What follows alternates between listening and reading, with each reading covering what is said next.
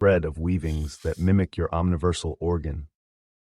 The Rhynchotis, Archon Basilius Alderon, Martial King Ripariel, and Cephalopoda prima that were unseen in the surroundings showed blazing illusory purple and gold feathery wings on their backs and on their lower limbs, as the power they radiated was far exceeding their former past weavings. Noah's brilliance was astounding, but he never kept it all to himself. It was always shared. And as he was still determining just how profound his power had risen, especially the offensive capabilities of causality that the Invictus Dominium wings now had, the visage of Sona appeared before him. Your strength seems to be catching up, maybe even exceeding mine at this point.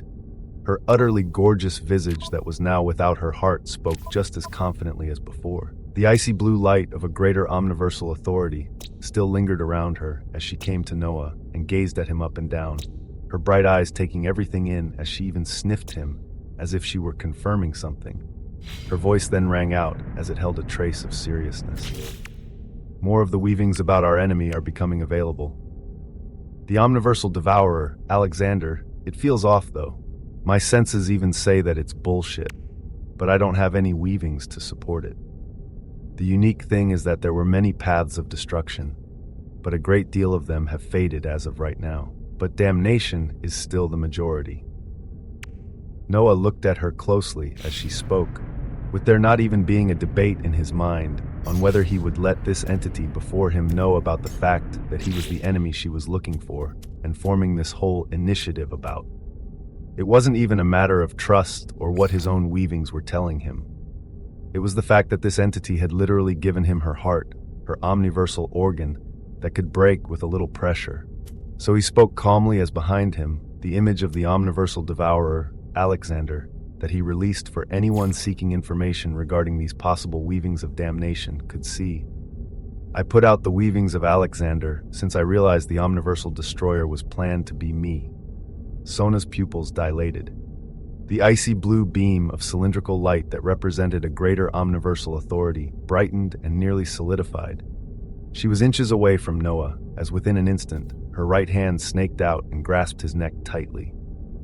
The innate existential causality defense didn't stop the hand whatsoever, as this wasn't an attack. An instant later, Sona came even closer to Noah and wrapped her legs around his body, her left hand grabbing his vibrant hair, as with her right hand still grasping his neck, she pushed her red lips onto his.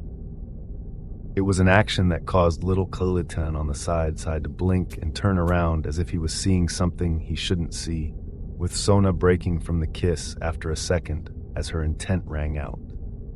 My guy, what a fucking relief! Chapter 3059, In Tropic Fervor, 2. It was a shocking turn of events.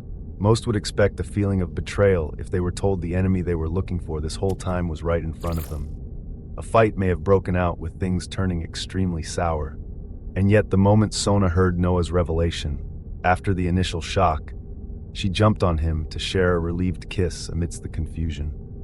She kept her hand on his neck as even though it wasn't an attack and she showed relief, it also seemed like she was ready to attack at any point. She was a unique existence. Why would Noah be the source of damnation? Why would he choose to tell her right now? If he truly was the bringer of damnation, what purpose would it serve him to reveal this information?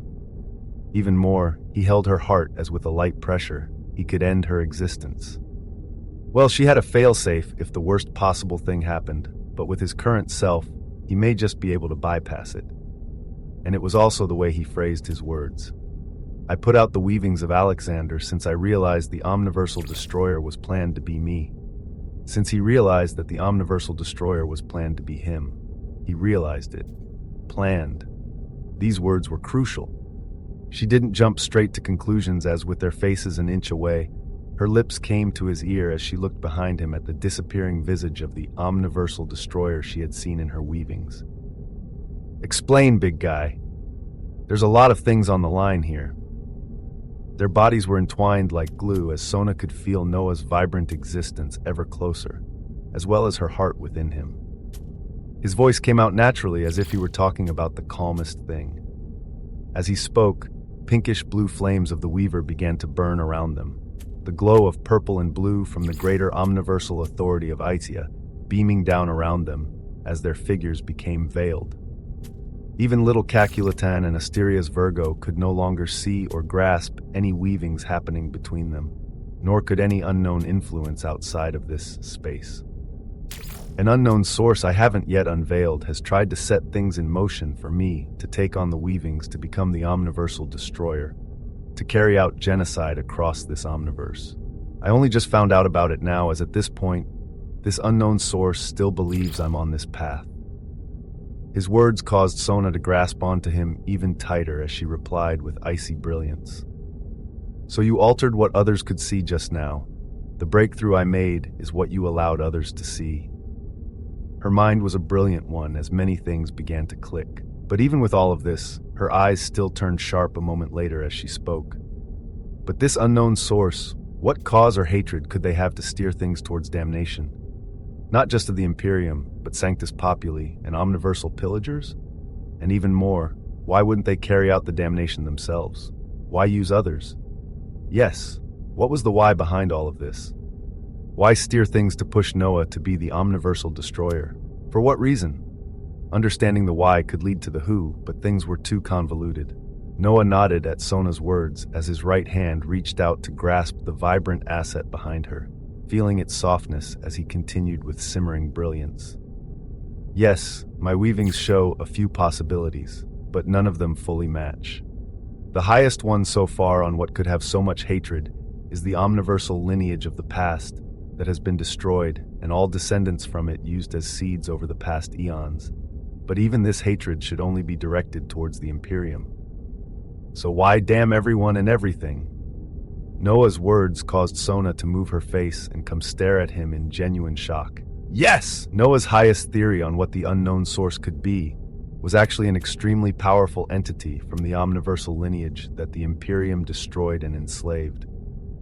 Because as someone with his own omniversal lineage, his Invictus Dominium wings paved the way for him to attain the recognition of a greater omniversal authority. As the stronger one was, the more recognition they would have.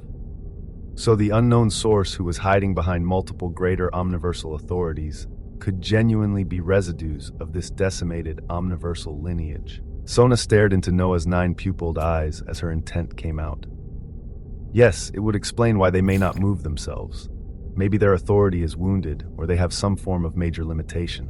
But still, why damn everything? The Sanctus Populi succeeded the decimated Watchers in eons past, as we have been fighting the Imperium to save as many entities from their existential farms as we could.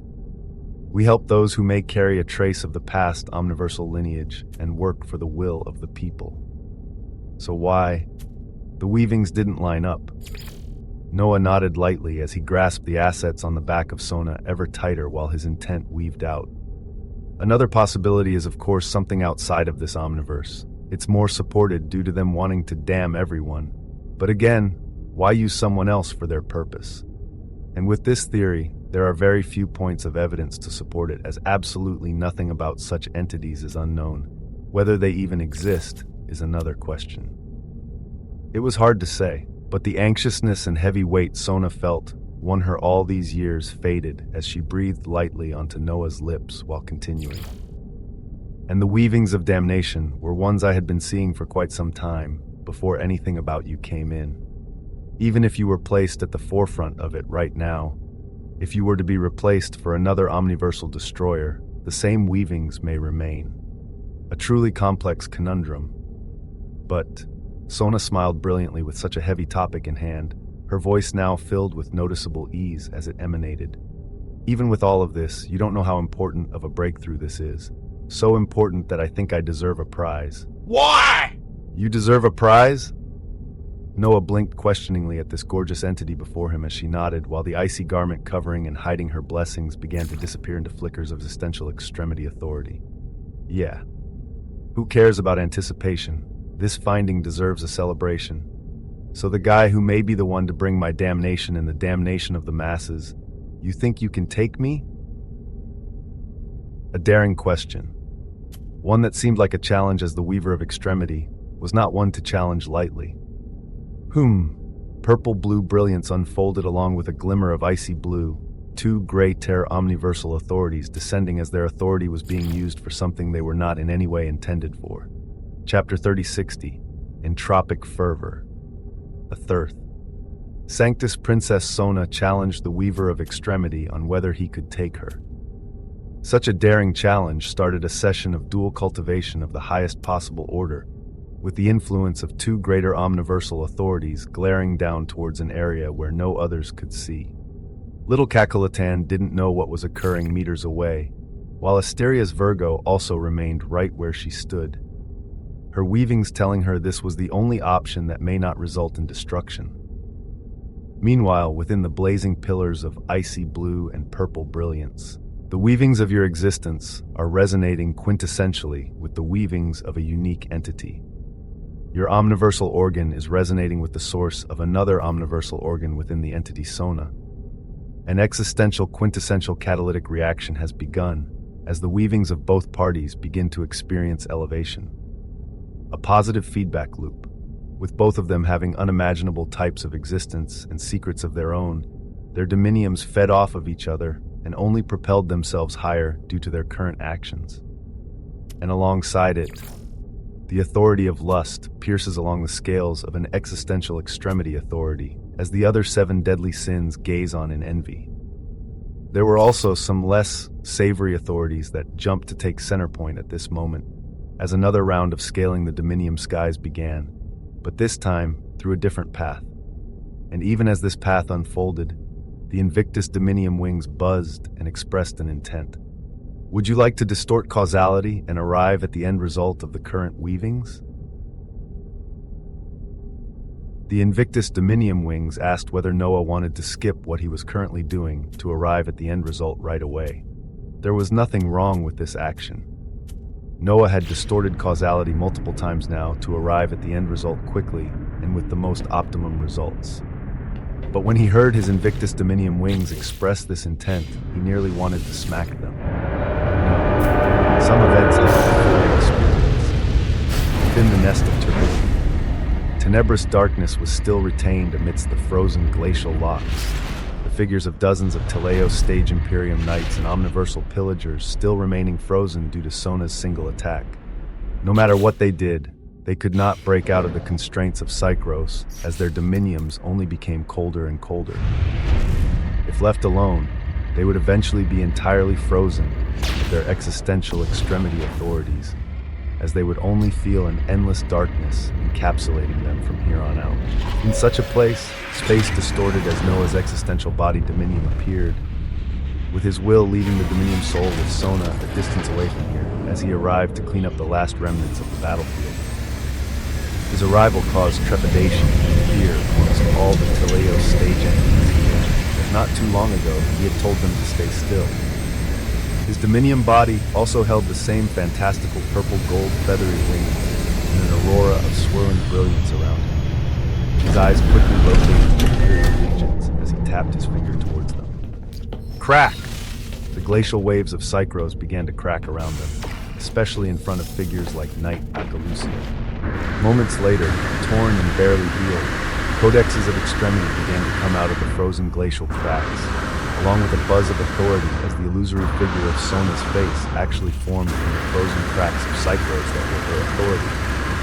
She had a playful expression as she looked at Noah's other body and the actions he was carrying out, her intent flowing out. And here I thought you were giving me your full attention. The disruption of her glacial prison alerted her as her will manifested amidst the dual cultivation of her main body, with Noah's brows rising at her unfettered figure as his dominium soul that was connected with her quite a distance away did something.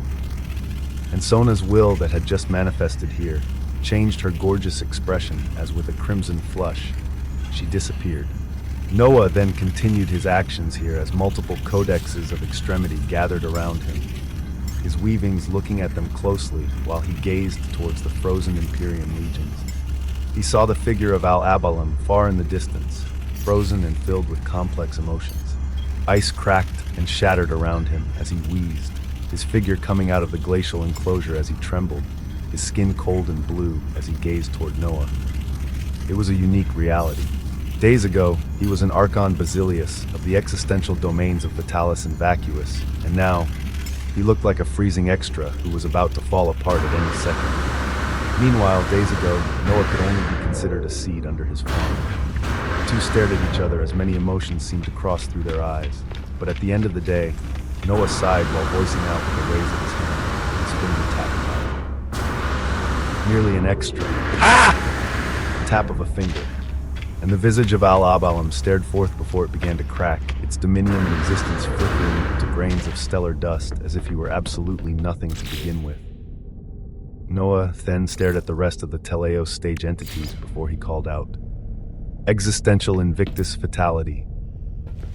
Prior to his advancement, he could carry out the fatality of a single being by distorting causality, but now he felt that carrying out mass fatalities was possible, especially if those he was carrying them out against were lesser beings. The authority of his glorious wings began to buzz while in the distance, the frozen bodies of Teleos stage entities beginning to tremble as they felt the threat of death descending. From the cracks of the glacial prison, the area where Knight Akalusia was now had some more freedom due to Noah breaking it to attain codexes of extremity, and nearby, the mouth of Knight Palmino was barely free as he spoke out with a raspy voice. Knight, Commander Akalusia, is of important heritage. If kill, there will be war. He barely got the last words out as he was freezing with his whole existence. Akalusia was relatively more free, but she didn't say a thing as she only grit her teeth and glared towards Noah. At the words of Knight Palmino, Noah smiled as dazzling lights of causality began to shine above all Teleos stage entities. His intent was a terrifying one as it rang out. "Didn't you know? A war is already starting across the Omniverse. A shame that none of you will be there to witness it, but your illusory weavings will bear witness." Chapter 3061, Entropic Fervor. 4. Knight Palmino tried to dissuade Noah just a little bit from what he was about to do. He stated how Knight Akalusia stemmed from a grand heritage within the Imperium, and that killing her may just start a war. But Palmino and the others didn't know. Noah had already seen the weavings of war as they related directly to him, along with the decision of the Imperium to proceed along this destructive path similar to what they had done before. It was a shame that these Knight Legions didn't even get the chance to join, as they would be among the first sacrificial lambs. The existential Invictus Fatality was laid down. In the glacial prison of Psychros, fiery golden light rose as above every Teleos stage entity. The gorgeous visage of a saintess bathed in golden flames manifested. All her manifestations smiled with a devilish charm while turning the heads of those below to face them, a slender finger floating right above their mouths or upper orifices of the omniversal pillagers as moments later, the pristine landscape of frozen blue glaciers began to melt. The hues of blue became tainted crimson red as multiple figures enclosed in ice shone with increasingly bright crimson gold light, the bodies in all of their existential dominiums becoming filled with extremes of flames and heat as trillions of fireballs scorched their existence. Some of them were instantly vaporized, while others exploded into balls of flames, the remnants of their existence all being pulled towards Noah. A moment before it reached him, Noah's hand moved again as space distorted, the visage of little Caculatan appearing as it looked surprised. "Oh, big boss!" "Is this another shell?" Its eyes seemed to be shining as this omniversal parasite bounced around like a white and black furball, the streaks of gold in its body being prominent as Noah released his palm. Little Caculitan's eyes turning into a smile as it dove directly in. A unique symbiosis was then formed as Noah's palm opened to show a mouth that sucked in all the weavings of existence being destroyed, with their weavings being amplified by little Caculatan. And then Noah as a feast of Teleos stage entities was undertaken.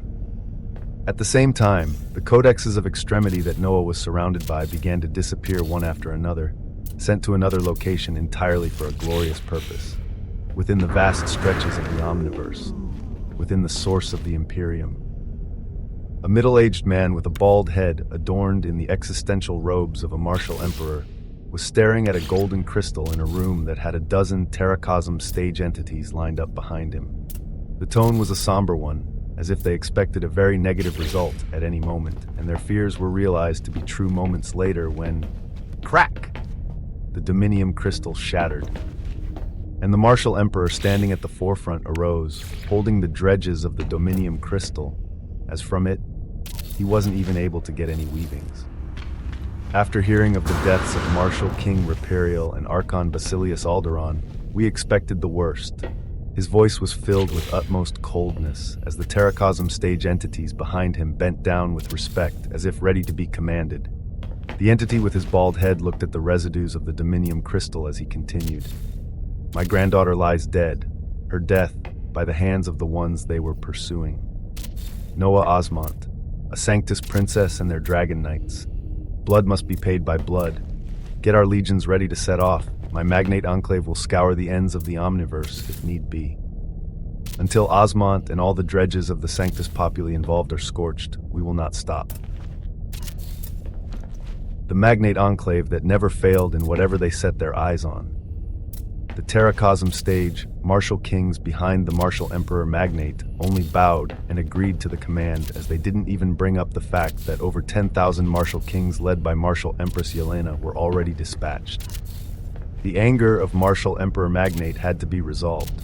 Like this, a bundle of chaos began fold from multiple sources. A fervor of chaos and entropy arose as after important personages of the Imperium called for war, heavy legions were directed towards the eradication of a single being and those aiding him, Noah Osmont.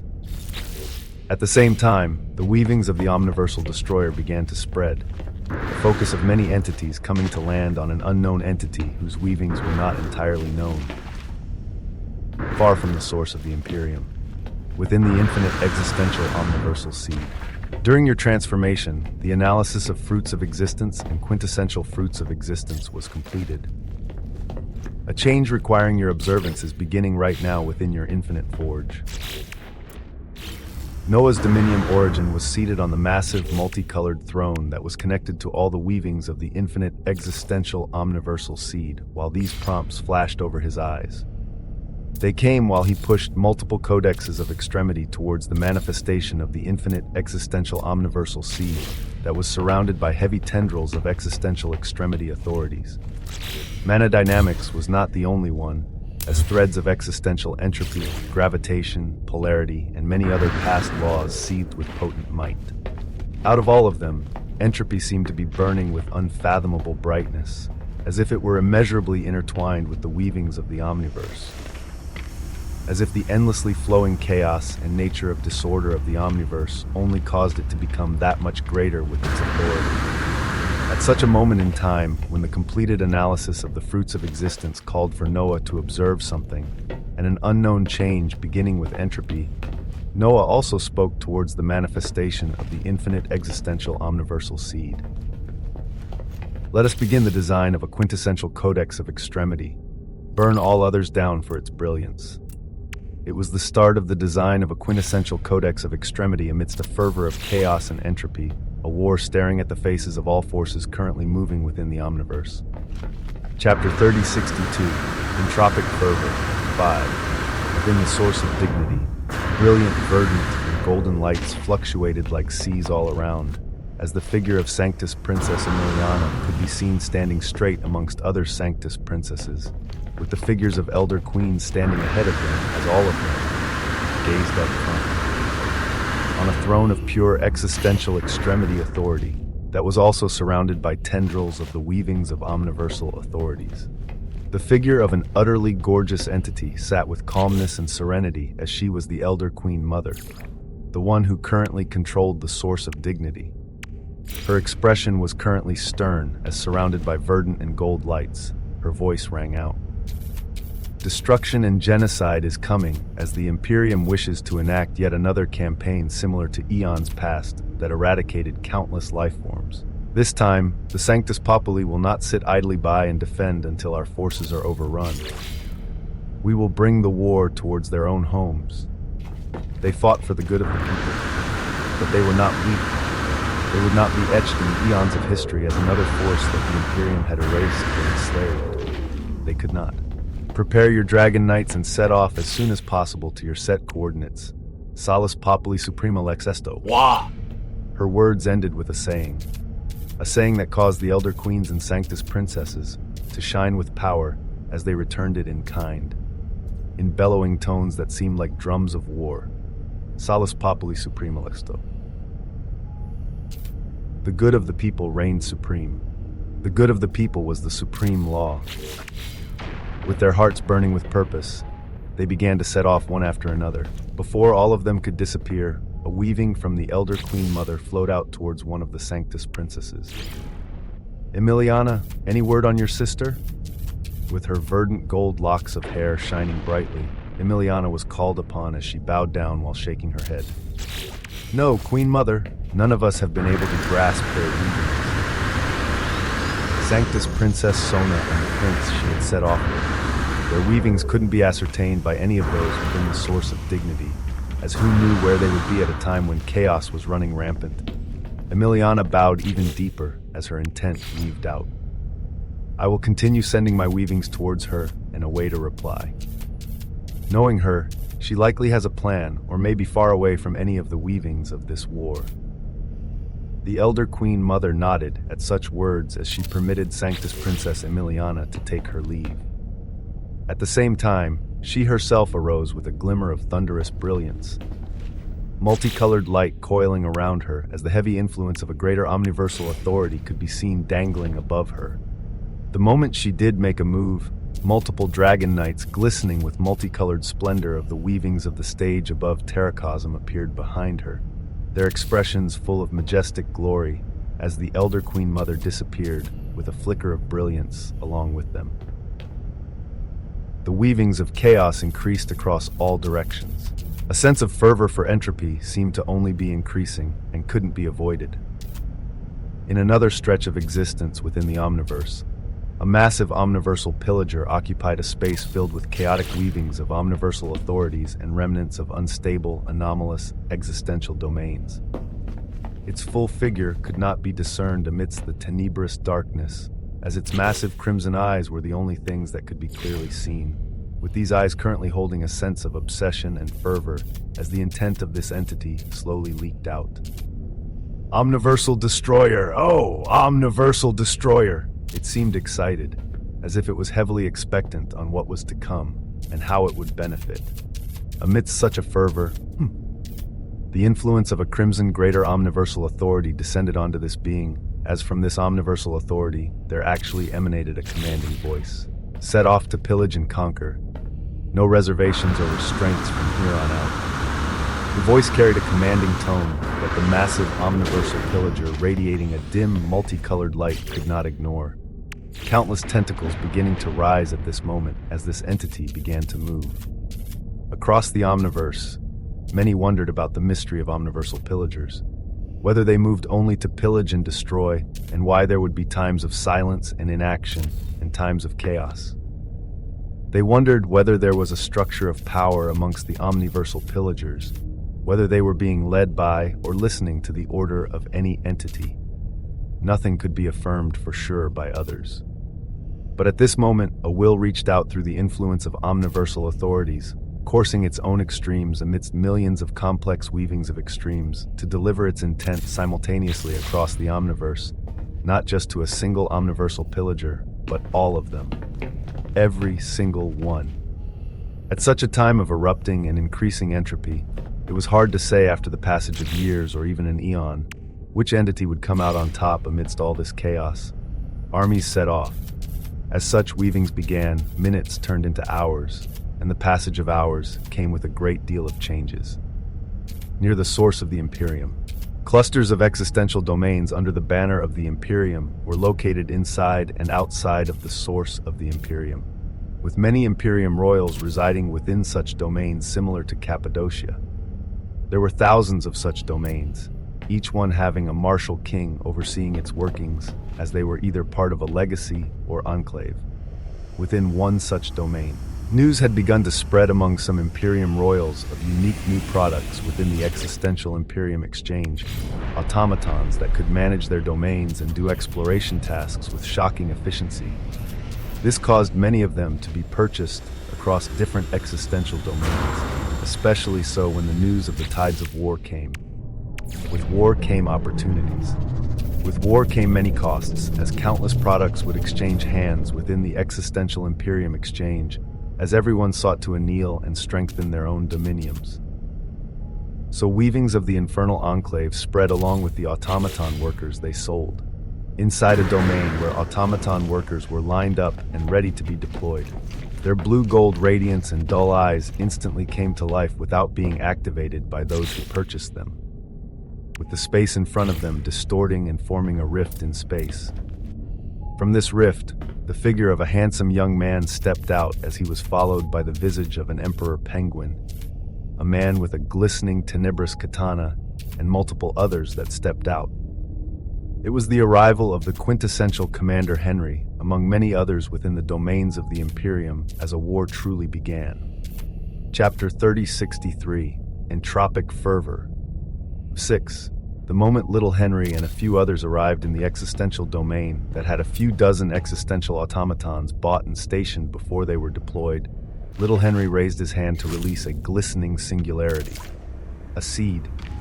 One that radiated a devouring light of power and brilliance. As the moment it was released, the surrounding weavings of the existential domain began to be sucked into it.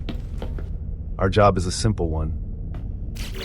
Henry's voice rang out amidst other renowned figures of the infinite existential omniversal seed, all of them spreading out and circling around the seed, devouring everything. We defend until everything is devoured. Hooray! Fearsome cries echoed out in response to Henry's words, as quintessential soldiers who had the variables of their existence altered were sent to the forefront of the war. Into the homes of the Imperium, where currently their martial kings and Teleos stage knights were greatly reduced in number. In another existential domain, a group of Sequor and neonate stage young masters were leading a group of automaton workers into a golden floating ship, one that was setting off towards a region filled with anomalous existential domains under the control of the Imperium.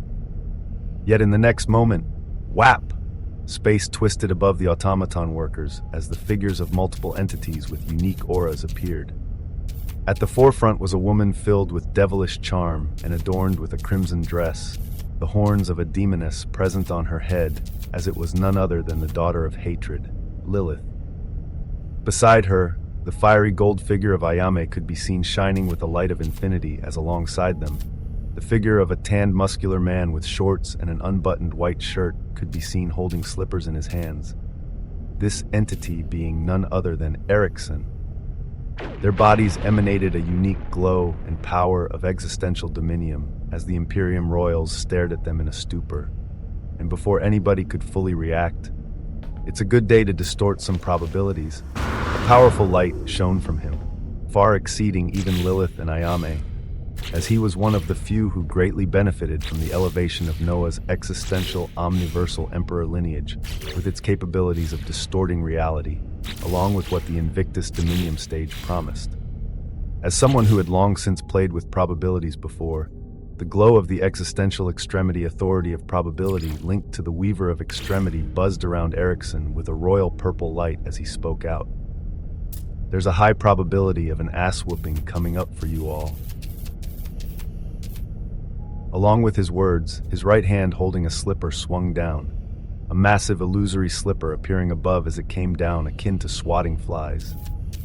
Only now did the Sequor and neonate stage young masters react, as by this time, a devilish light had already unfolded from Lilith while Ayame carefully released a devouring seed behind them. In another Imperium existential domain on the periphery of the source of the Imperium, a rift opened behind an assembled row of automaton workers. The figures of Commander Feng, the primogenitor of Steel, the Bard of Quintessence, the Cimmerian Architect, the Seer of Sema, Ishtar, Sargon, and a dozen other beings appeared at this moment. But the moment they did so, fuck me. The Cimmerian Architect cursed as they found themselves on the back of assembled legions. Ahead of them, with a dozen Teleos stage Imperium knights in the lead, the eyes and wills of such beings and 9 legions made up of hundreds of Sequor and neonate stage Imperium royals that were about to set off landed on them. The two sides gazed at each other in a stupor briefly as the Imperium legions within this domain reacted quickly, many tendrils of weavings erupting out. not to worry.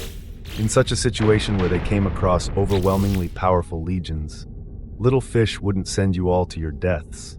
The voice of Barbatos rang out as she stepped out of the rift with the figures of terrifying, existential, omniversal undead in tow, her devilishly small visage stroking the skull of a dragon as she sat on the head of an existential, omniversal lich king burning with deathly black flames. As a member of the harem, the extremity authority of harems granted a terrific amount of power to Barbatos. And she wasn't alone. Alongside her, Adelaide, Athena, Caitlin, and multiple others flooded out while burning with tremendous power, meeting the 9 legions of the Imperium within this existential domain head-on, within one existential domain, and another existential domain, and another. The forces of the Weaver of Existence began to make their way even before the main armies of the Omniverse clashed. These vassals were not run-of-the-mill Dragon Knights or Imperium Knights. They held an entirely different realm progression and altered existences with their efficiency increased, along with the benefits of the existential omniversal emperor flowing through their blood. The moment all of them began their battles, shockingly, the Imperium Knights and Royals they faced found out a shocking fact. In the existential domain where Barbatos and others were, the Teleos stage Imperium Knights opened their eyes wide as they observed a dark distortion of space, an influence of a lesser omniversal authority. But it didn't just occur around Barbatos. It also occurred around Athena, around the Cimmerian architect, around the primogenitor of steel, whom a glow of influence that mainly knight commanders held as they utilized the codexes of extremity to gain the influence of omniversal authorities. At this moment, it radiated from every single one of Noah's vassals as he unleashed a terrifying army. And even this was a single army. He still had an invisible army of illusory weavings that had its own glorious purpose to achieve, and they patiently lay waiting. As for Noah himself, woo! A storm of existential extremity authorities blazed near a multicolored throne at the center of the infinite existential omniversal seed. At the center of it all, being a colorless crystalline book, a codex of extremity. Chapter 3064, the Codex. 1. Colorless, transparent. It seemed like an extremely delicate piece of work, but also something too exquisite to even be touched by ordinary hands. The manifestation of the infinite existential omniversal seed was standing in front of this delicate book as her intent weaved out. A tool not just to act as a guide to extremity, but as something that will take extremes to an unfathomable level, to allow one to tap into and gain access not to just a few existential extremity authorities, but millions. The purpose of the Codex of Extremity was to give one access to existential extremes that they would normally not have access to. An entity was limited. Their dominiums were limited. But a tool could expand this, as from the designs and hard work of the Imperium, Noah and the infinite existential omniversal seed constructed their own tool, their own Codex of Extremity. Constructed from the purest essence of hundreds of thousands of broken down quintessential fruits of existence, quintessence itself, infinity, mana dynamics. The ingredients of the quintessential Codex of Extremity were listed one after another as wondrously. It was born from the back of fruits of existence. The only question was, how did Noah attain such large numbers of fruits of existence? First was through the infinite existential omniversal itself, and then there was the fact that he had finished analyzing the quintessential fruits of existence and the normal fruits of existence. A prompt told him he had to observe something within his forge. This observation continued to be astounding even now, within his dominium. Surrounded by weavings of loot, causality, destin, fortune, probability, and many others, there was the infinite forge. It was existential, it was omniversal, and it was unfathomably quintessential. When Noah's will stepped inside of it at this moment, what he observed was an array of golden mountainous passages that floated all around this forge filled with seas of loot light. And from the tips of these mountainous passages of golden majesty, there was a constant eruption of multicolored light that weaved together to form dozens of quintessential fruits of existence with every passing second. Dozens of fruits of existence every second, from each golden mountain. And there were... Noah couldn't help but smile with contentment at the scene of dozens of golden mountains across his infinite forge. And as his existential dominion was elevated, more mountains were being created, as this was only the beginning. And whenever he so chose, existential causality, he called out to his vibrant omniversal organ as a purple gold light of brilliance flashed. Noah pulled for causality to be twisted and distorted, for the eventuality of him producing as many fruits of existence to be possible in the next day. And the existential extremity authority of luck was triggered towards the ongoing and future existential causality. The existential extremity authority of manipulation was triggered towards the ongoing and future existential causality. The most optimum and profound end result has been set forth from all the possible paths of this existential causality. The existential extremity authority of luck, weavings of fortune and destiny overlap and amplify, probability being distorted in a quintessential fashion as the efficiency of this altered existential causality has been increased by 1.2%. Hume, a shocking amount of brilliance erupted, and the many mountains within Noah's infinite forge tensed and contracted, seeming like sonic volcanic mountains that had been waiting for eruption this whole time. Within moments, boom, erupt they did, as hundreds of thousands of quintessential fruits of existence made their appearance. Hundreds of thousands very quickly formed into a few million, as at the center of it all, ruination floated with interminable splendor. And at the same time, Noah felt nearly a quarter of the authority of the Invictus Dominium wings erased, as for this, he had many means to regenerate it. Some distance away from the nest of turbidity, Sanctus Princess Sona was tying her hair back while an icy authority formed a garment around her astonishing figure, her body dripping with deeply golden hues of light that solidified her power at the Terracosm stage, as if she had been in such a stage for over an eon and consumed millions of fruits of existence. At such a moment, she felt the fluctuations of causality behind her, as the immeasurably bright wings behind the back and feet of a certain being lost some of their luster. And Sona rolled her eyes as her intent weaved out right after.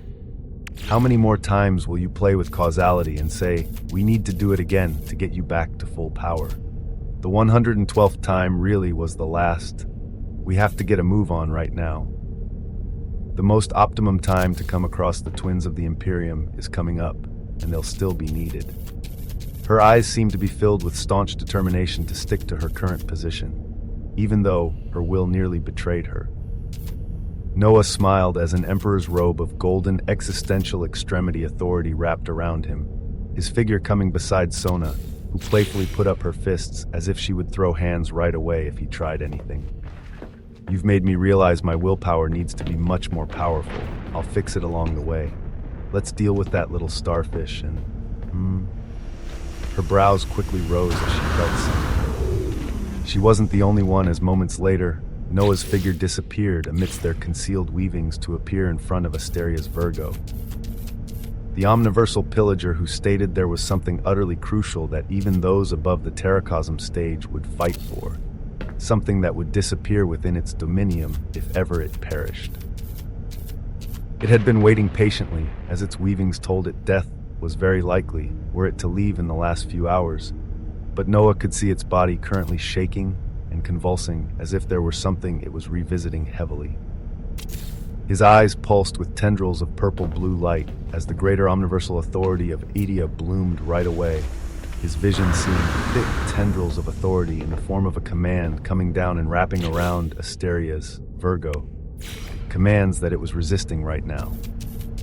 Sona soon appeared beside him to observe this scene herself as Noah gazed at the many possibilities, and moments later, his shining eyes reached out to a newly forged codex quite a distance away from here. Chapter 3065. 2. He knew his power had greatly surged upwards once more, since he finished the assimilation of the Terracosm stage entities. The boons of dual cultivation were terrifying, especially when both sides were immensely powerful, as the feedback only became that much greater. Of great consequence was the weaving of a prompt that came both to him and Sona. The resonance of your existential omniversal organs has been deemed capable of forming an accessory omniversal organ that has the possibility of becoming a genuine omniversal organ. The more times the resonance of your omniversal organs is experienced, the more accumulation and change of an accessory omniversal organ forming. The formation of an accessory omniversal organ. Chances of forming it increased every time they performed dual cultivation, as during the many dozen tries prior, such an organ didn't arise for either of them. But their dominiums still experienced a great upscale of means. Both he and Sona's power had been elevated greatly from this, as there were a few possible ways they could handle the scene in front of them. The omniversal pillager seemed to be resisting an inviolable call that commanded it to do something, and this call was now twisted within an omniversal authority that was deeply tenebrous in color. Among the many methods that he or Sona could utilize, he reached out across the weavings of space-time to pull out the newly made quintessential Codex of Extremity. He wanted to have its usage verified, as it would deal with one of the greatest components it made possible. WAP! A clear and transparent colorless codex appeared within Noah's right hand in the next moment, as Sona only raised her brows towards this.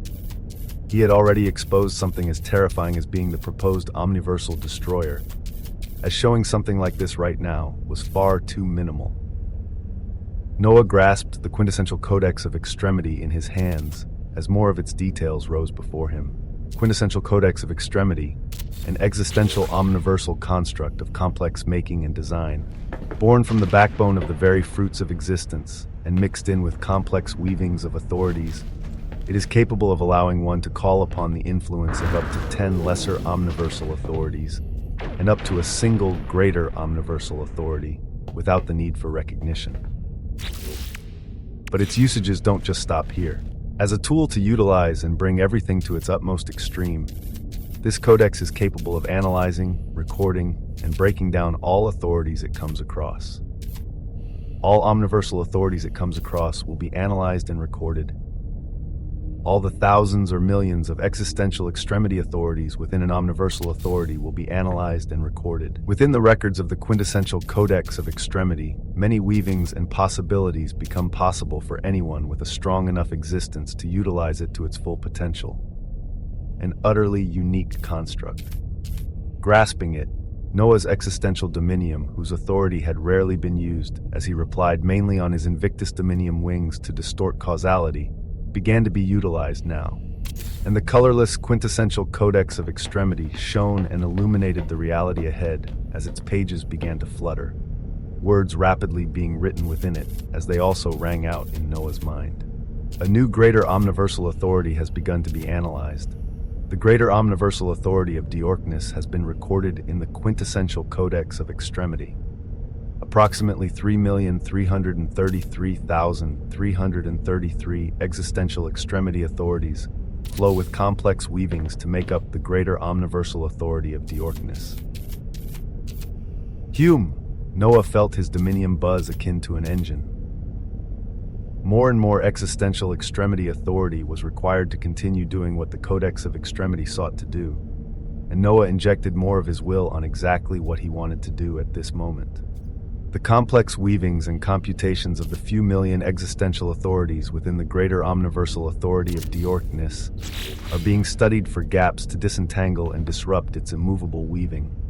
A complementary and opposing omniversal authority is capable of disrupting the weavings of the greater omniversal authority of Diorkness with much greater efficiency than any other random omniversal authority.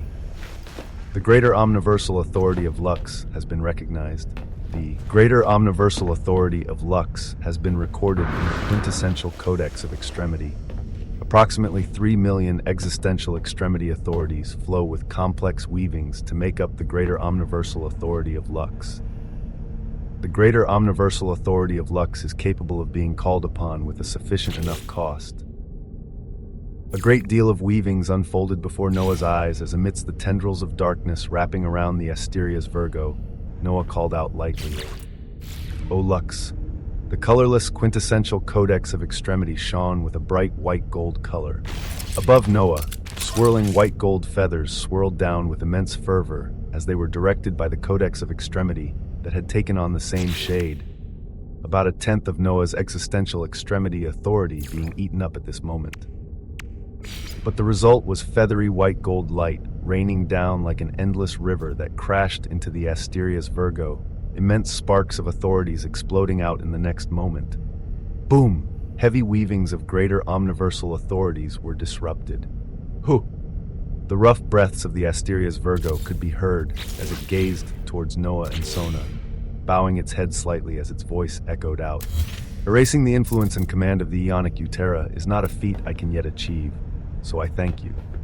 Terrifying words echoed out of the omniversal pillager as Sona's eyes turned sharp, her intent leaking out. Destro-y-her? The words alone seemed to have power. The moment they were uttered by her and Asteria's Virgo, the surrounding reality buzzed as tendrils of tenebrous light burned with intensity. The starfish-shaped omniversal pillager gazed around with a sense of unveiled awe and respect, and she spoke out with a sense of reverence. Yes, the one who commands the omniversal pillagers, the Destro-y-her.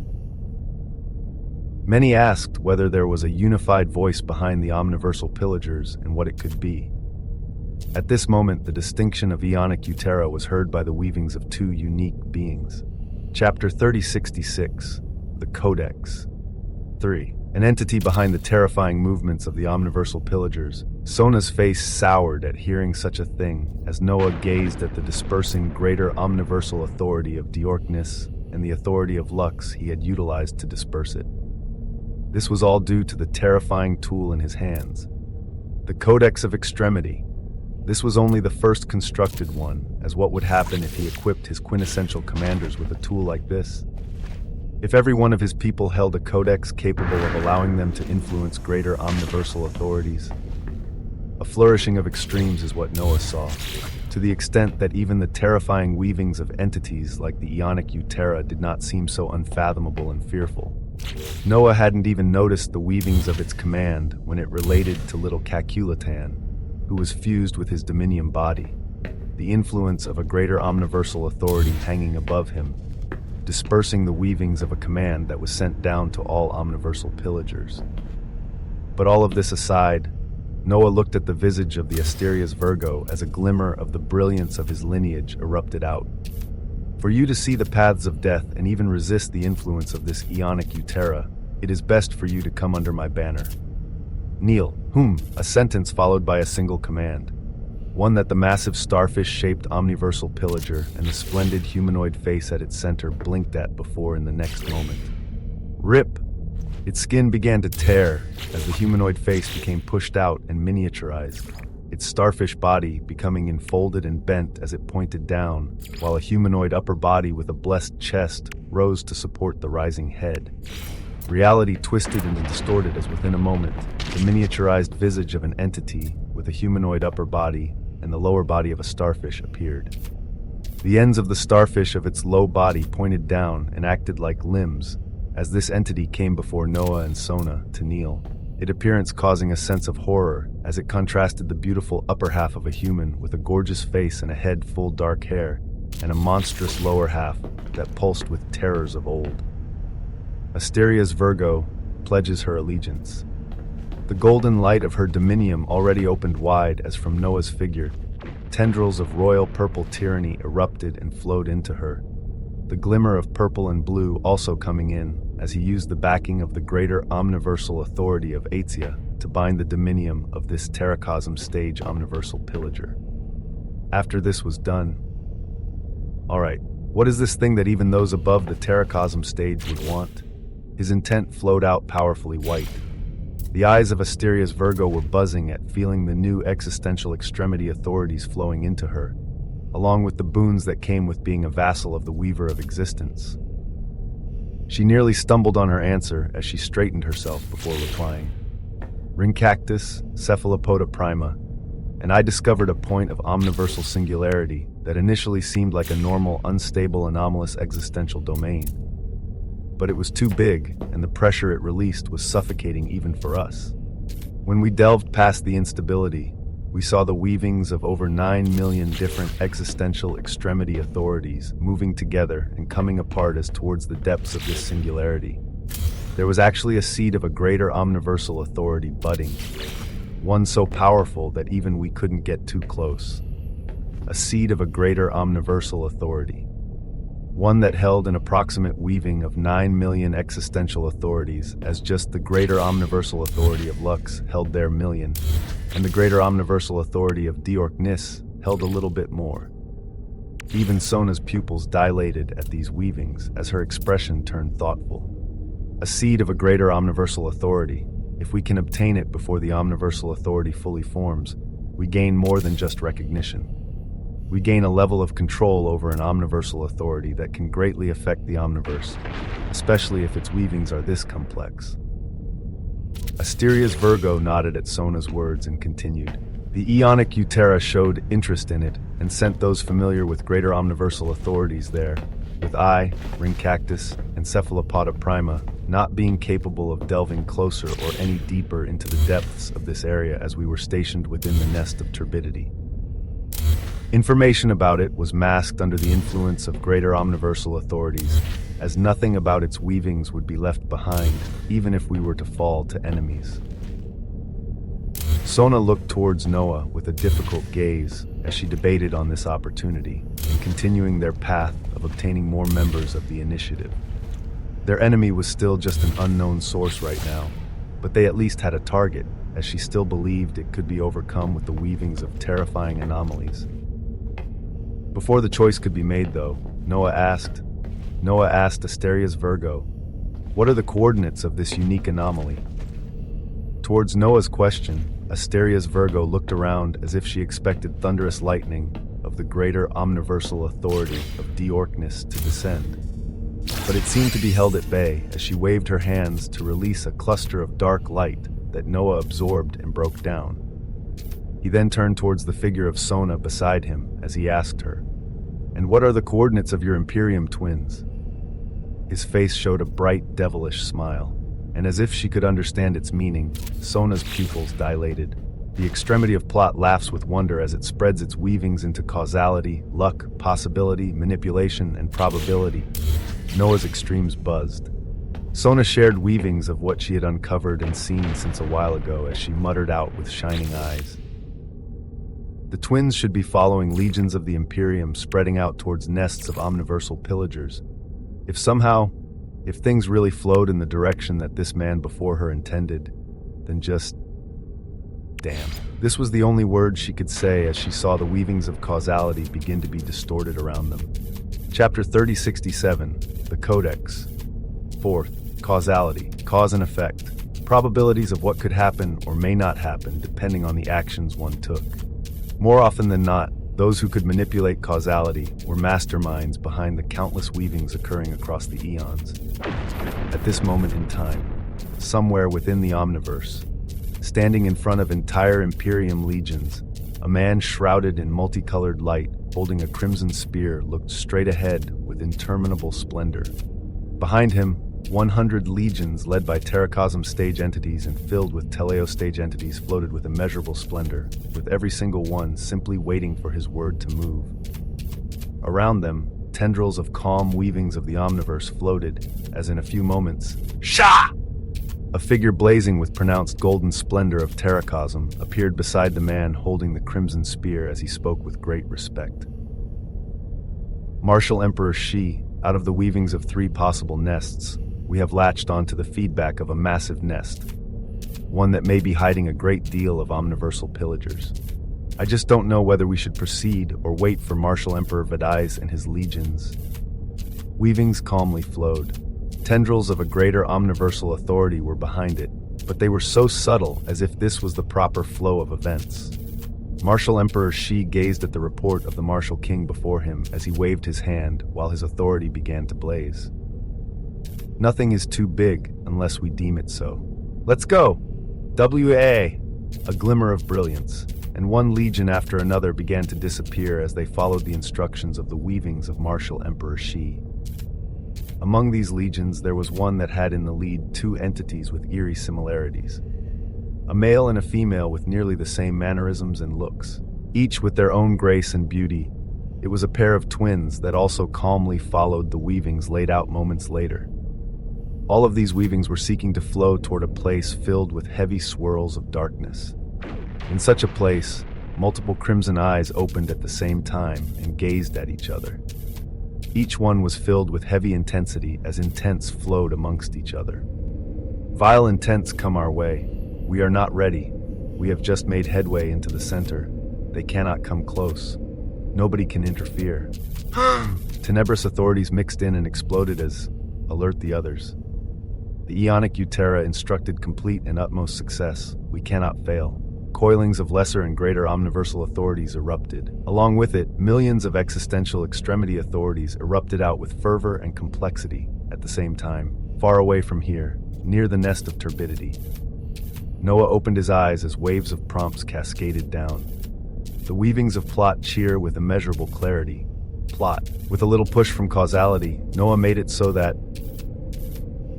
it looks like both this opportunity and the next members of the initiative are going to be at the same place. His Invictus Dominium wings pulsed with slightly dim radiance as they already began to recover. Beside him, Sona nodded her head while preparing, as she didn't give this man beside her too many praises, or his head might get even bigger than it already was. After all, too many praises had been given for his techniques these past hours. As she thought of this, Sona felt a sense of rising anger at herself for being lost in it. Who was she? She couldn't allow him to take such free control next time. With these emotions in mind, her fist clenched and constructed a massive white rift of frost in front of their eyes. "Let's go! Why?" Her words were simple as behind Noah and her figure, Asterius Virgo gathered along with the illusory weavings of multiple Terracosm stage and Teleos stage entities. And moments after, the figure of little Caculeton was returned in front of Noah's Dominion soul by his Dominion body, all parties being present here as in the next moment, whap! Their figures disappeared into the rift of frost. All around them, it seemed as if they were traversing across a reality of frost as the figure of little Caculeton bounced around like a furball as it excitedly asked, "Big sis, big boss, where are we going now?" I heard a voice almost reach me to go somewhere. It seemed a little mean. Sona raised her brows at little Caculeton's intent as she replied while taking steps forward, with all of them actually utilizing her source of Psychros to traverse across the Omniverse towards their location. "We are going to kidnap two little twins and convert them to the right cause. At the same time, there is a seed of a greater omniversal authority to grasp." The words only caused little Caculeton to bounce even more, as if excited and wondering exactly how a seed of an omniversal authority tasted. At the same time, Noah, with his transparent quintessential codex of extremity in hand, looked like a missionary that was ready to convert all entities into his cause. Their weavings pulsed and attained their optimum states as their bodies traversed across the Omniverse. And after minutes passed, whap!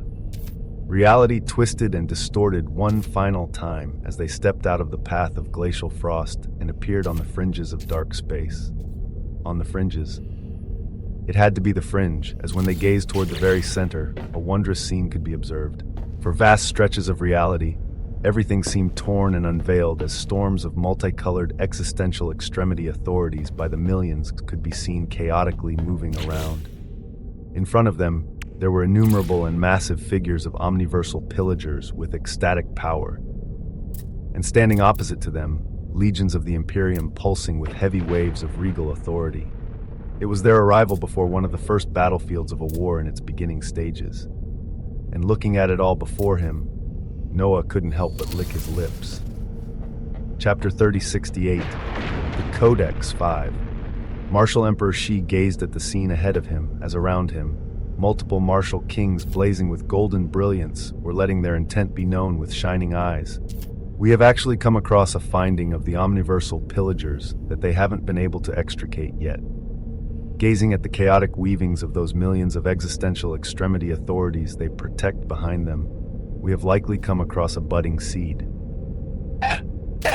The words caused a sense of wonder and glory to rise as Martial Emperor C nodded, his spear beginning to vibrate as his commands came out, a chilling smile creeping on his lips. Other legions are on their way.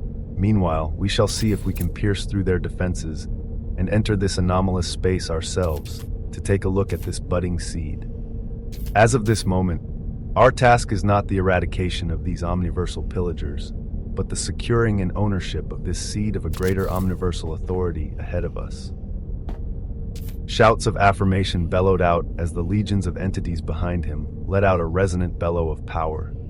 The exclusive existential extremity authority of the Imperium burned with golden radiance all around them as it only illuminated everything ahead of them, showing the titanic figures of omniversal pillagers in rows and rows stretching out all around. In circle. Whom? The command of Martial Emperor Shi boomed out as the legions behind him parted and spread out like a golden tide. Their existential armaments glinted in the dark space as the martial kings leading them began to glow with the wondrous light of none other than the influence of omniversal authorities. Some greater, a few lesser, but their power was airtight as they moved with terrifying precision. Against them, monstrosities were lined up as everything about them seemed haphazard, and yet 5 rainbow-colored titans shrouded in tenebrous darkness seemed immovable at this moment, as at the forefront, there was an entity with a massive humanoid visage, its limbs being massive squid-like tentacles while a crimson eye burned brightly on its chest. "Oh, great Oneiros! Whom?" His voice was deep and booming. The legions of the Imperium that were basked in golden light and spreading out felt a heavy sense of suffocation thereafter, as in the next moment, "Woo! Woo!" A violet beam of a greater omniversal authority, so immeasurably massive, cascaded down. The humanoid omniversal pillager spread its tentacles out wide as its eye received the massive beam of light and basked in it. The weavings of millions upon millions of existential extremity authorities seethed with this greater omniversal authority of Oneiros, as it held far more than many other greater omniversal authorities. And the person calling upon it was utterly dreadful as the massive eye of the omniversal pillagers began to bleed while its intent rang out. "O great Oneiros, turn everything into an endless apocalyptic dream." A single intent, and in the next moment, clouds of pulsing violet brilliance bloomed with it at the center and only spread outwards from there, towards everything, covering everything. The Imperium legions were alarmed as the figure of Martial Emperor Shai moved right away, an untold golden brilliance erupting out in opposition while this endless blanket of violet apocalyptic clouds bathed everything. Far away from this unfolding reality, violet clouds filled with millions of interweaving existential extremity authorities, as if they were spitting on the face of the dynamis of extremity that entities could entangle with very few numbers spread out even towards this direction. Noah's visage could be seen shrouded with Sona, Asteria's Virgo, little Kakalatan, and the many illusory weavings in this space as the blanketing of an apocalyptic dream arrived even here unfathomably quickly. The illusory sleeping omniverse of Oneiros has descended onto all nearby reality. Within its affected space, all other greater omniversal authorities are limited to express 13% of their authority. Within its affected space, all lesser omniversal authorities are limited to express 3% of their authority. The violet clouds descended and wrapped around everything with interminable fervor. Within them, serpentine tendrils of dream light sought to dim everything around them, as Noah and Sona's figures brightened up, with the transparent codex within Noah's hands actually opening up wide and beginning to devour the violet apocalyptic light within its pages. All those under the expanse of the illusory sleeping omniverse of Oneiros will constantly have the debuff effect of omniversal slumbering applied to them and their existential extremity authorities, their very records and existence being pushed towards an endless slumber, with this effect only being more pronounced the closer one is to the source of Oneiros. All those under the expanse of the illusory, sleeping omniverse of Oneiros will take 1,000% more damage from those given the mark of Oneiros, while they can only deal 1% damage to those with the mark of Oneiros. Layers and layers of extremely detrimental debuffs were erupting out and being applied to everyone as even the gaze of Sona changed, her body brimming with an icy blue light as she called for a greater omniversal authority. Up above, space tore as majesty descended. But when its beam of bright light was coming down unto her, the violet clouds of Oneiros interfered as very little of this light reached her. It was a heavy predicament. It was a show of power on just how powerful some entities were out there. Sona clicked her teeth while looking towards Noah, who at this moment held a singular codex shining with brilliant light. a codex that at this moment seemed to be the singular glorious saving grace as a new greater omniversal authority has begun to be analyzed. It worked without being effective. Its wonders, even Noah was only at the cusp of understanding them. The greater omniversal authority of Oneiros has been recorded in the quintessential Codex of Extremity. Approximately 9,999,999 existential extremity authorities flow with complex weavings to make up the greater omniversal authority of Oneiros. Chapter 3069, Pompeii 1. Close to 10 million existential extremity authorities contained within it. It was one of the grandest greater omniversal authorities Noah had come across yet, as wondrously, the Codex of Extremity captured its weavings the same as the greater omniversal authorities of Diorknus and Lux. But the cost for it was the highest yet, as Noah's dominium soul squeezed out its authority. The complex weavings and computations of the 9,999,999 existential authorities within the greater omniversal authority of Oneiros are being studied for gaps to disentangle and disrupt its immovable weaving. The sheer glory of the greater omniversal authority of Oneiros is unfathomably high. Glory. It was something distinguished constructs emanated, as even Noah himself emanated waves of profound glory. Something that would make it hard for others with lesser presence and glory to even gaze up at him. Yet now, the greater omniversal authority of Oneiros held such a high level of glory that Noah felt the quintessential Codex of Extremity in his hands buzzing while it drew more and more of his reserves of power. Your authority is capable of withstanding the cost. The quintessential Codex of Extremity is capable of accepting the responsibility and carrying out its established uses. A complementary and opposing omniversal authority capable of disrupting the weavings of the greater omniversal authority of Oneiros is being sought after. The quintessential Codex of Extremity is capable of accepting the responsibility and carrying out its established uses. A complementary and opposing omniversal authority capable of disrupting the weavings of the greater omniversal authority of Oneiros is being sought after. The greater omniversal authority of Realus has been recognized. The greater omniversal authority of Realus has been recorded in the quintessential Codex of Extremity. Realus, the moment the Codex of Extremity found an opposing omniversal authority and began to call out to it, its colorless light faded and was instead replaced by terrifying multicolored brightness. The opposite of dreams, the opposite of Oneiros. The greater omniversal authority of Realus appeared as akin to a beam of blazing multicolored light, came down and burned the violet brilliance of Oneiros and the surroundings above Noah and others. Approximately 11,111,111 existential extremity authorities flow with complex weavings to make up the greater omniversal authority of Realus. The greater omniversal authority of Realus has a tremendously high cost of influencing through the quintessential Codex of Extremity, but it remains possible.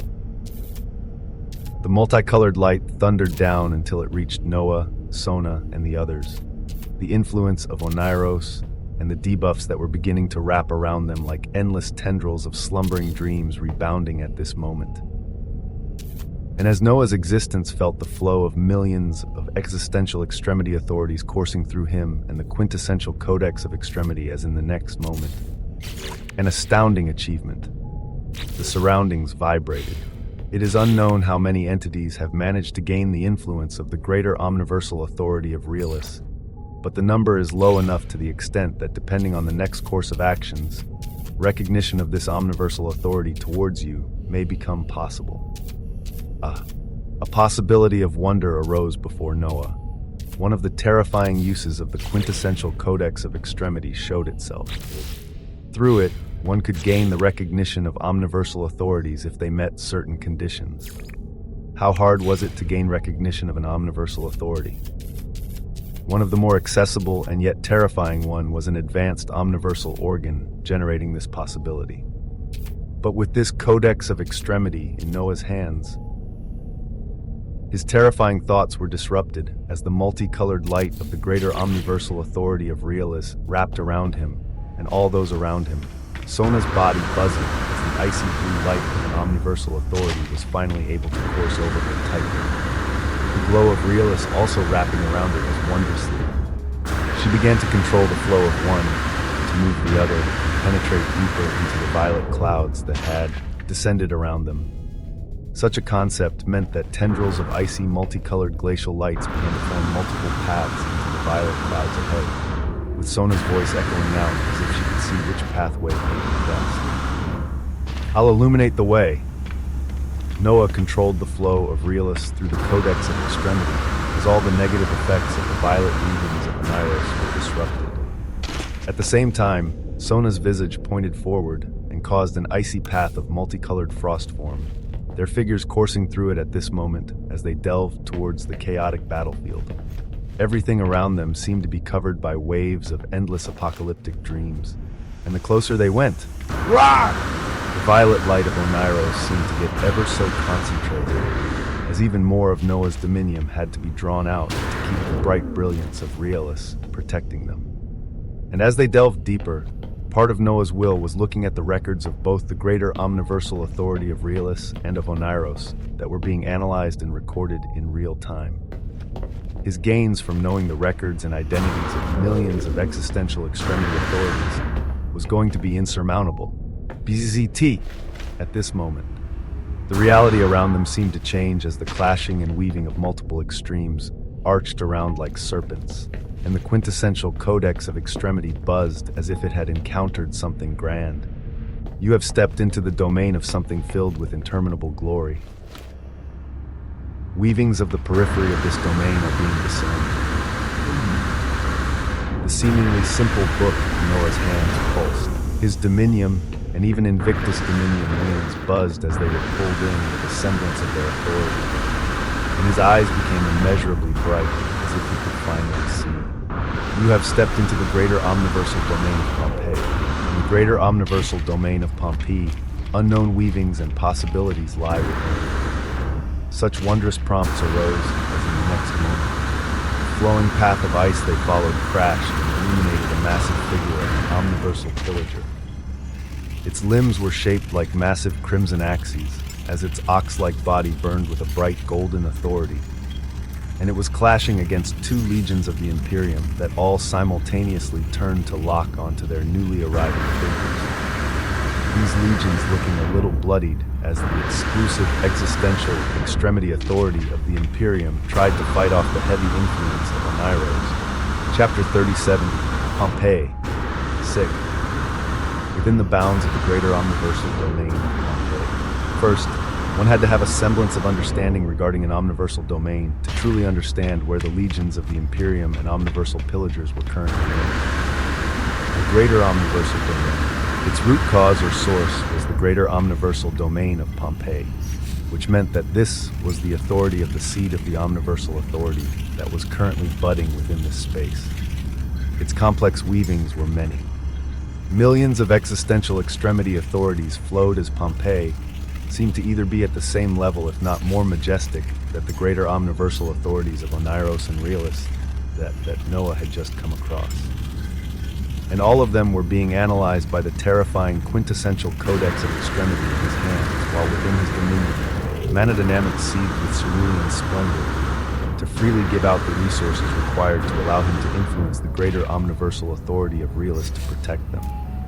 Yes, mana was still his forte. He still had an infinite amount of it. And as he acclimated to the new realm of existential dominion, this truth was becoming re-established more and more as the tools that got him here gained free reign. None more so than entropy and mana dynamics. None more so than infinity. Since even before the construct of the Codex of Extremity, the fervor of the existential extremity authority of entropy was only rising within the infinite existential omniversal seed, as it seemed to resonate with the larger omniverse itself. And it still wasn't done. But along with his endless mana that could power up his dominion, his omniversal organ that could distort causality, quintessential Codex of Extremity, and the innate existential causality defense wrapped around him, Noah moved with confidence. When they came across the massive visage of an ox-like omniversal pillager and a battered legion of the Imperium, Noah's body continued to freely move forward. The omniversal pillager was the most dangerous, as it could deal 1,000% more damage to others under the illusory sleeping omniverse of Oneros. But Noah didn't stop his momentum and came directly in front of it while holding the bow, multicolored codex of extremity in his hands. Roar! A bellow was heard as at this stage, moves occurred within the span of an instant. A massive limb formed like a crimson axe was before Noah's small figure right away, and yet he looked immensely calm and did not retaliate in any way. BZT, inches away from smashing into him, auroras of tendrils of light buzzed as his innate existential causality defense flourished with brilliance. Causality was passively twisted and distorted. Noah didn't face the debuffs of the greater omniversal domain of Oneros as the weavings of realists surrounded him, so this terracosm stage entity was only that to him. Seeing the baffling situation where its massive limbs were supposed to smash onto this being, and yet they didn't go any further, the omniversal pillager was about to make another move, while the Imperium legions opposite it got a chance to breathe. Yet in the next moment, there is a high probability of your death.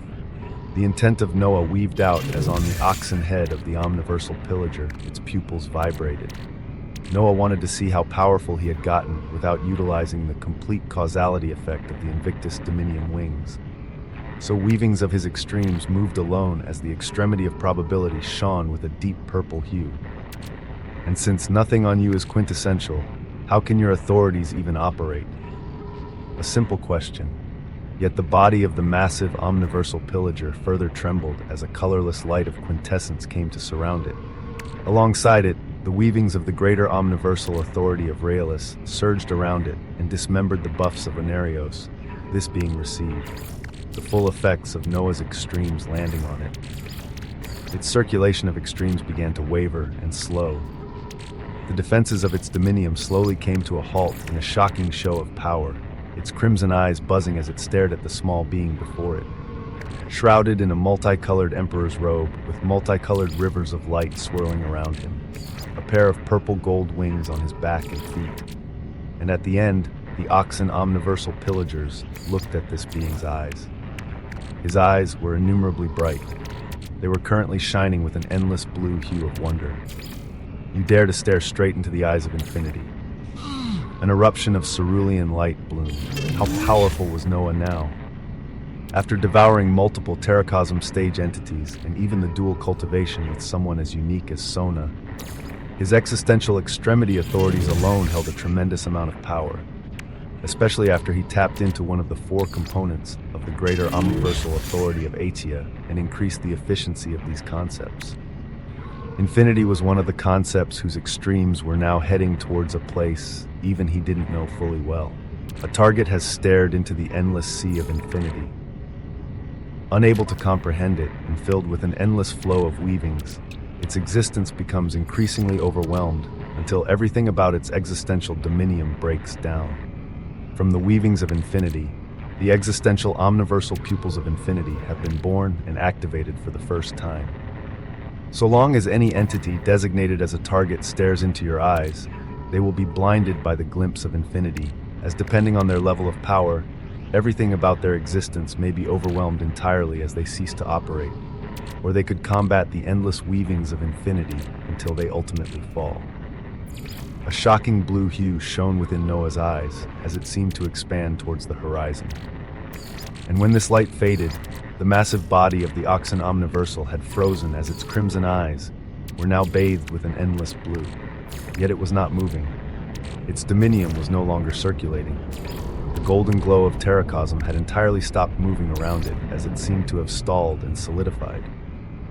And against such a being, Noah waved his hands as its massive body twisted and came towards him, disappearing into nothingness as within the next moment, it appeared within his infinite forge. It was a shocking scene as from behind, Sona whistled while surrounded by icy brilliance. After his recent upgrades, Noah's power was ascertained. Chapter 3071, Pompeii. A third. Noah's visage then came to the focus of the injured Imperium Legion. As at its lead, there was a Terracosm stage Martial King followed by a few hundred Teleos stage entities. Their bodies still pulsed with power and care as the Martial King's visage carefully spoke out. What might the intentions of young friend be? They were not fools. They had lived for too long to be fools, as they couldn't see the glow of the Imperium on these beings. And there were even two omniversal pillagers behind the cold beauty, behind this man who had killed an omniversal pillager that was wiping the floor with them. At their words, Noah turned and smiled devilishly at the first targets that had appeared before him. My intentions are destructive ones, old friend. Oh! The gazes of the Imperium Knights shifted as golden brilliance erupted from them an instant later. The Martial King, who was acting as a commander, held an existential armament in the form of a golden sword, swinging it towards Noah's visage as the weavings of an omniversal authority sought to gather. But how could it freely gather under the influence of the sleeping omniverse of Oneiros? And opposite it, an endlessly blue light emerged with just as much intensity as the existential omniversal emperor appeared within the tug of war at the fringes of the greater omniversal domain of Pompeii with a bang.